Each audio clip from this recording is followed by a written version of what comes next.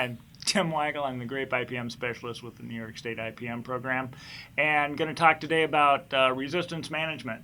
It's February, and we're starting to get some calls, more and more calls from growers about looking at developing spray programs for next year to take care of powdery mildew, grape berry moth, just any of the number of pests that are out there. And they're wondering about what materials they should use and when they should spray them, things like that. So one of the things that I like to think of when we're doing this is resistance management. And so you can get a lot of your question answered by going to the annual New York and Pennsylvania Pest Management Guidelines for Grapes. This is the 2017 version. It'll give you all the information that we're talking about today. The 2018 version, we are wrapping up the edits for that, and that should be available here shortly. But if you're looking at what materials should I use, I had some problems with powdery mildew last year. I'm having problems with grape berry moth. Why could that be? One of the things you can do is you can go into the guidelines, and Chapter 3 is all about disease management in vineyards. And there's a nice table in there that will actually go through. It tells you the material. It'll tell you whether it's a protectant.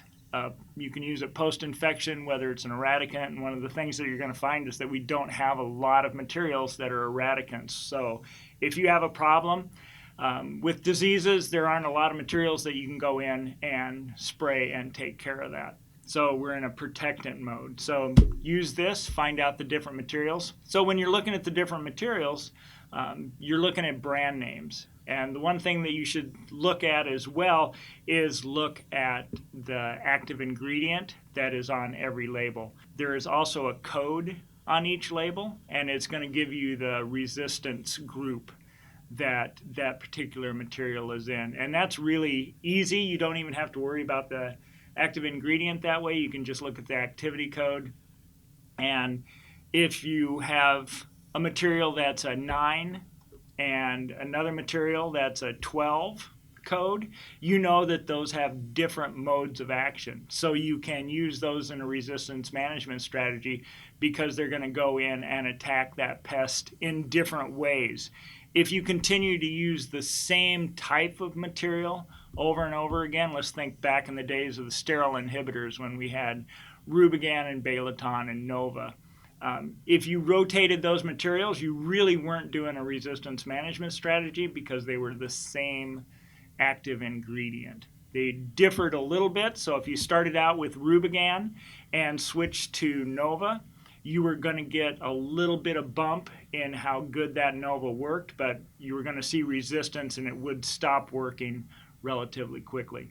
So we have those codes for both the fungicides and we have them for the insecticides. So I would just, when you're coming up with a spray program for next year, just remember you want to look at different management groups or different active ingredients when you're developing your strategy.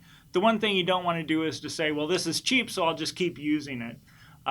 These materials are too expensive. If you look at rotating the less expensive materials with the expensive materials, that is going to make even the less expensive materials last longer. So in the long run, you're going to have more modes of action to go after the pests, and it will end up costing you less. If you ever have any questions about or comments about podcasts that we should do, please put them in the comment section below.